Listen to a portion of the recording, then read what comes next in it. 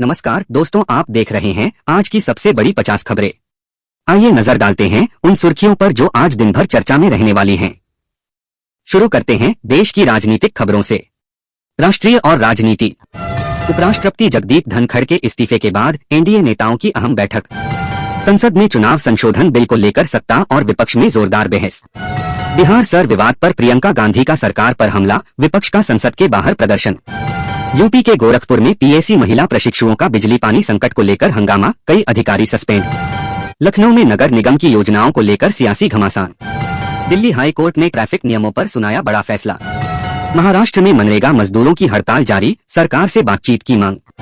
शिक्षा मंत्रालय ने बोर्ड परीक्षाओं के लिए जारी की नई गाइडलाइन। मध्य प्रदेश में किसान आंदोलन तेज, सरकार से समर्थन मूल्य बढ़ाने की अपील। देश भर में बिजली और जल संकट से निपटने के लिए नई नीति पर मंथन। अब देखते हैं अंतर्राष्ट्रीय खबरें। भारत चीन पर्यटन वीजा बहाली पर प्रक्रिया शुरू। संयुक्त राष्ट्र की नई रिपोर्ट में बढ़ते तापमान पर चेतावनी। रूस यूक्रेन शांति वार्ता फिर शुरू, वैश्विक बाजारों की नजर। इजरायल गाजा संघर्ष में नए हमले, तनाव बढ़ा। पाकिस्तान ने कश्मीर और सिंधु जल संधि को फिर उठाया, भारत ने यूएन में जवाब दिया। ईरान परमाणु सौदे पर नई बहस तेज। यूके और अमेरिका के बीच फ्री ट्रेड डील पर अहम बैठक। यूरोपीय संघ ने अमेरिकी निवेश पर लगाई नई पाबंदियां। थाईलैंड कंबोडिया सीमा विवाद गहराया। जर्मनी में टेक्नोलॉजी और रोबोटिक कैंपेन का विस्तार। अब पेश करते हैं बिजनेस और अर्थव्यवस्था से जुड़ी खबरें। Bharat UK free trade agreement पर अंतिम चर्चा। मॉनसून की मार से कोका कोला इंडिया की बिक्री में गिरावट।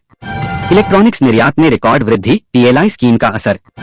सोने की कीमतों पर ट्रंप टैरिफ का असर, बाजार में हलचल। शुरुआती मॉनसून का कृषि और अर्थव्यवस्था पर सकारात्मक असर।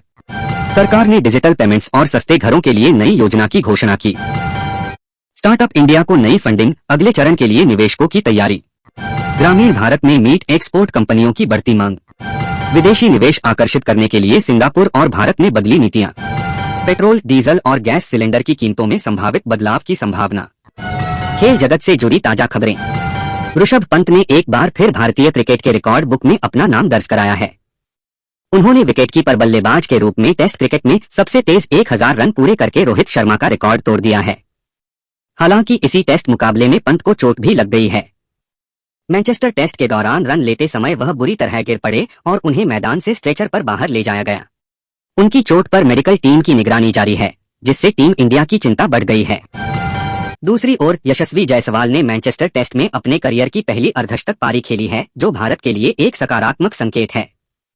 टीम की बल्लेबाजी क्रम में अब स्थिरता आने की उम्मीद है। वहीं केएल राहुल ने इंग्लैंड दौरे में एक और शानदार पारी खेलकर नया कीर्तिमान बनाया है।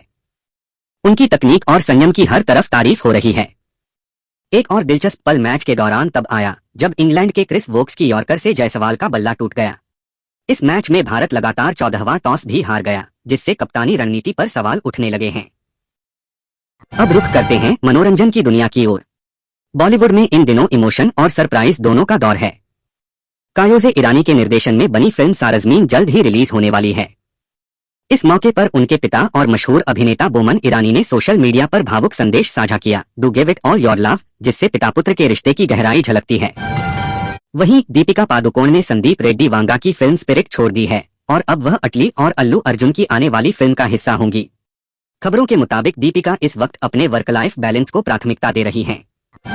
एक्ट्रेस निध्या मेनन भी चर्चा में हैं। उन्होंने सामाजिक मानदंडों को चुनौती देते हुए कहा कि शादी उनके जीवन की प्राथमिकता नहीं है। उन्होंने यह भी कहा कि यह मेरी जिंदगी का केंद्रीय विषय नहीं है, जिससे उनके फैंस को एक नया दृष्टिकोण मिला। इधर अहान पंडे की बहुप्रतीक्षित फिल्म सैयारा ने बॉक्स ऑफिस पर धमाकेदार कमाई की है। फिल्म ने महज 6 दिनों में 150 करोड़ का आंकड़ा पार कर लिया है, जिससे वह इस साल की बड़ी हिट्स में शामिल हो गई है।